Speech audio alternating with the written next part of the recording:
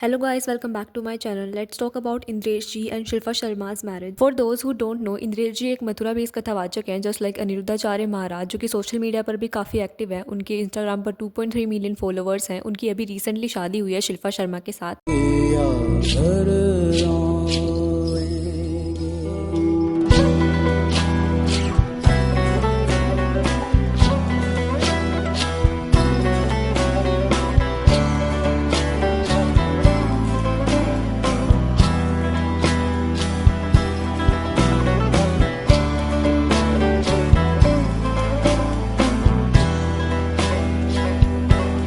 तेरी सखी मंगल गौरी धरती and this wedding is full of controversies. Initial controversy हुई उनके नाम को लेकर। उनकी शादी के कार्ड में शिल्पा शर्मा मेंशन है, but according to the Reddit source उन्होंने अपना नेम चेंज कर लिया है शिल्पा शर्मा टू शिल्पा बावा। शिल्पा बहुत ज्यादा एक्टिव थी टिकटॉक पर, एंड जब लोगों को पता चला कि उनकी इंद्रेश जी से शादी होने वाली है तो शिल्पा के फॉलोअर्स ने डिस्क्लोज किया कि ये शिल्पा की सेकंड मैरिज है, और उन्होंने उनकी फर्स्ट मैरिज की फोटोज को टिकटॉक से निकालकर सोशल मीडिया पर अपलोड करनी स्टार्ट किए। इंद्रेश जी के जो फॉलोअर्स हैं वो भी काफी अपसेट दिखाई दिए इसकी शादी से, क्योंकि अकॉर्डिंग टू दैम इंद्रेश जी उनके गुरुदेव हैं और उनकी जो वाइफ होगी वो गुरु माता होगी, एंड वो एक डाइवोर्स वुमेन को गुरु माता नहीं बोल सकते हैं because she is not pure. But according to me एक डाइवोर्स वुमेन का भी पूरा हक है कि वो फिर से अपनी शादी कर सकती है, फिर से अपनी लाइफ को रीस्टार्ट कर सकती है।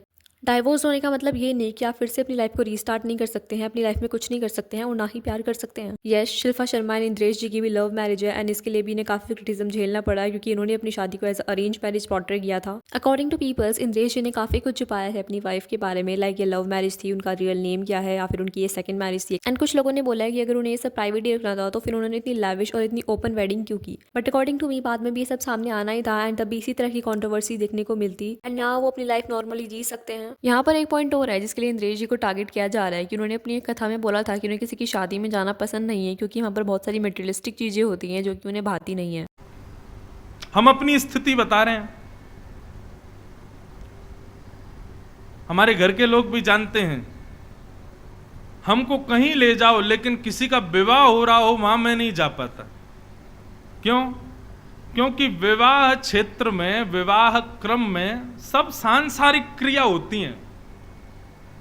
भोजन तो सांसारिक, नृत्य तो सांसारिक, वहाँ पे वो वर वधू जो है वो उनका सब जो भी होता है ठीक है, वो जरूरी है। एक दिन आपको महाराज जी आपका भी तो होना है, ठीक है, सब बात अपनी जगह उचित है। लेकिन पता नहीं क्यों इतनी सांसारिक स्थितियों में मेरी इंद्रियां प्रसन्न नहीं होती। मैं अपनी स्थिति बताऊं, बट उन्होंने अपनी शादी मथुरा से दूर जयपुर में full of luxury and full of materialistic things से पूरी की। दैट्स वाई लोगों ने उन्हें हिपोक्रेट्स भी बोला है।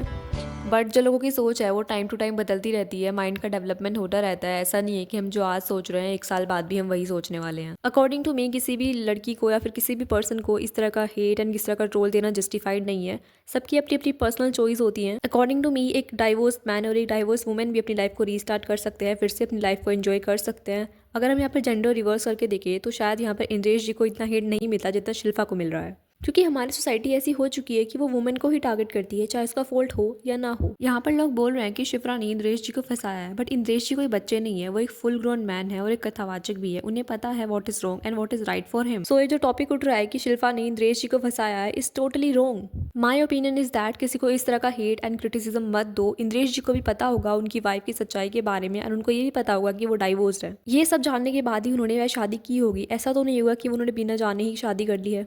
So now let them live their life, and please don't give any hate and criticism or any memes to Shilpa and Indresh ji. That's it for the video. Thank you for watching guys. If you like my video then please like, comment and share and subscribe guys. Thank you for watching.